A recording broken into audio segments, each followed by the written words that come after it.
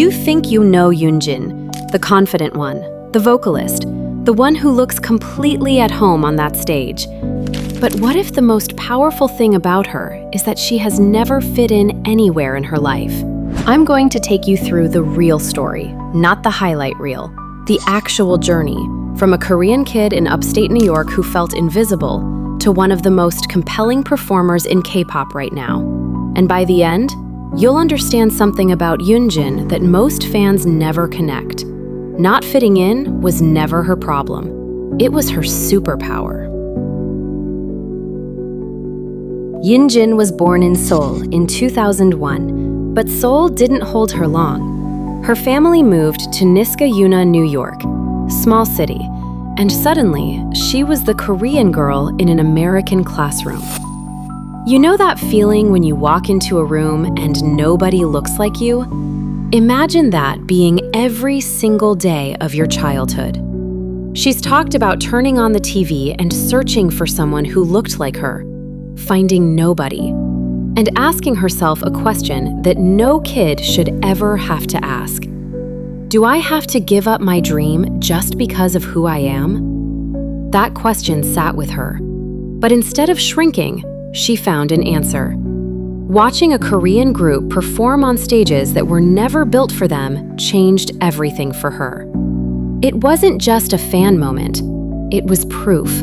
The world could be wrong about you, and you could still win. She made a decision right then. She was going to become an idol. But nobody warned her about what came next. In 2018, she auditioned for Pledis Entertainment in New York. She got in, packed her life, moved back to Korea, started from zero. And almost immediately, the industry threw her into the deep end. She was placed on Produce 48, a national survival show. Millions of votes, everything on the line. She competed in front of all of Korea, put herself completely out there. And she didn't make it. First rejection. She hadn't even been a trainee for a year. But she went back. She kept training under Pledis for the next few years, working, improving, waiting for a debut that kept getting pushed back. Then, around 2021, the second hit. She was cut during a monthly evaluation. No dramatic elimination, no audience, just a quiet decision that she wasn't what they needed anymore. She moved back to the United States, started preparing college applications, a business degree, a normal life. The kind of decision you make when you've given everything and the door just won't open. She was done. And then her phone rang. Source Music was building a new girl group under Hybe, and they wanted her. Not the most conventional trainee, not the safest choice. Her, specifically. She had one foot completely out of the industry, and she said yes. On May 2nd, 2022, Le Sserafim debuted with Fearless. 6 members, a name that rearranges into I'm Fearless, a concept built entirely around being unapologetically yourself. For someone who spent her whole life being told she didn't belong, the irony is almost too perfect. The debut was massive. Records broken. One of the fastest rising 4th-generation girl groups almost overnight. And right there on that stage was the girl who didn't win the survival show. The girl who got cut. The girl who had college applications sitting on her desk. But debuting was just the beginning. What Yunjin did after that is where the story gets really interesting. Let's talk about what Le Sserafim built, because this matters. Anti-Fragile, 2022, a song about getting stronger through pressure. It didn't just chart, it became a global moment. Then Unforgiven, darker, more ambitious, a group already pushing beyond what anyone expected in their first year. Perfect Night in late 2023, warm, massive, everywhere. Then Easy in 2024, sleek, confident, undeniable. Era after era, Le Sserafim built something real, not just good music, a reputation for live performance, for genuine chemistry, for an identity that was earned, not given. And through every single era, Yunjin stood out, not by overshadowing her members, by being completely, stubbornly, unmistakably herself. K-pop has a very specific template for its idols: controlled, polished, emotionally available on cue, but never messy. Yunjin missed that memo entirely. She cries in public, at fan meets, in interviews. She described performing solo as feeling naked. Not excited, not grateful, naked. Because she tells you the truth about what this costs her. 8 months after debuting, she released I Not Doll, a solo track with a title that means I am not equal to a doll. Don't put me on a shelf. Don't reduce me to decoration. Don't tell me what I'm supposed to be.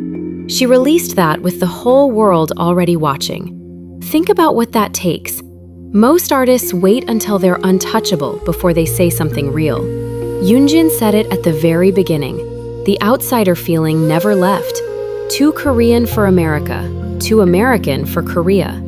Even inside K-pop, she processes things differently, writes differently, shows up differently. But here's what she did with it. She didn't fix herself. She used it.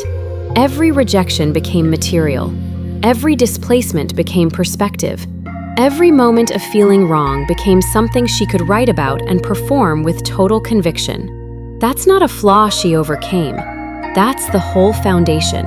Here's what the industry didn't plan for: an idol who actually has something to say. Most idols have a brand. Yunjin has a voice. Those are not the same thing. The artists who last in this industry, the ones who matter years later, are the ones who were specific enough to be real, who wrote about their actual life, their actual confusion, their actual pain. Yunjin does that. I Not Doll wasn't just about the idol industry. It was about every moment in her life where someone else drew the outline of who she was allowed to be. The classroom in New York, the evaluation room in Korea, the survival show stage. Every single one of those was someone telling her the answer, and every single time she quietly disagreed. But here's what makes her story bigger than K-pop. There are millions of people who live between identities. People who speak one language at home and another at school. People who are too much of one thing for one crowd and not enough for another. They know this exhaustion, the constant translation of yourself, the feeling of never being the default version of anything. Yunjin made it to one of the biggest stages in the world without erasing any of that. She brought her American directness into Korean entertainment, her Korean emotional depth into her English interviews. She didn't choose a side because she understood something it took her years to learn. Being between two worlds isn't a limitation. It's a perspective almost nobody else has. And in an industry full of perfectly calibrated artists, that perspective is the rarest thing of all. There's a version of this story where Yunjin stays in New York, finishes the college applications, closes that chapter of her life, and never looks back. That version doesn't exist. Because at every single moment where the door closed, she found a way to keep moving. Not loudly, not dramatically, just quietly, stubbornly, completely. Here is what I actually take from Yunjin's story. Most people who don't fit in spend years trying to fix that. They watch how others act. They adjust. They shrink the parts of themselves that make people uncomfortable. And eventually, they get so good at it that they forget what they were even trying to hide in the first place. Yunjin did the opposite. Not because she had some special confidence from the beginning. She went through several years of being told she wasn't enough. She tried. She adapted. She worked inside a system that wanted to shape her. And when that system finally let her go, she stopped trying to fit. That's the moment everything changed. And that's exactly when source music called. That's the lesson. Not never give up. That's too simple and honestly too easy to say.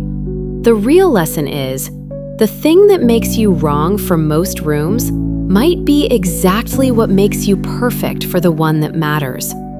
Yunjin didn't succeed despite not fitting in. She succeeded because of it.